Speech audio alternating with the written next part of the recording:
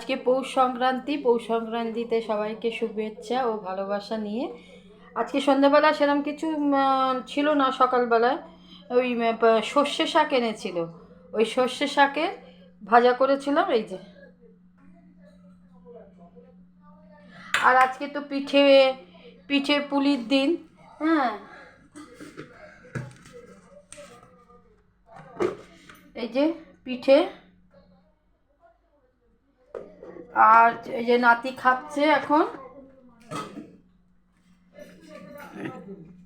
আর নাতিকে তো একটুখানি চিকেন করে দিতে হয়, সকালে করে দিইনি আজকে। ওকে নিরামিষ বলেছি, তুই আজকে নিরামিষ খাবি। সবাই বলেছে আজকে নিরামিষ খাবি, ও নিরামিষ খেয়েছে। হ্যাঁ, এই যে এই যে এখন কি খাচ্ছে বলো তো, এই দেখো, দেখেছো? আচ্ছা।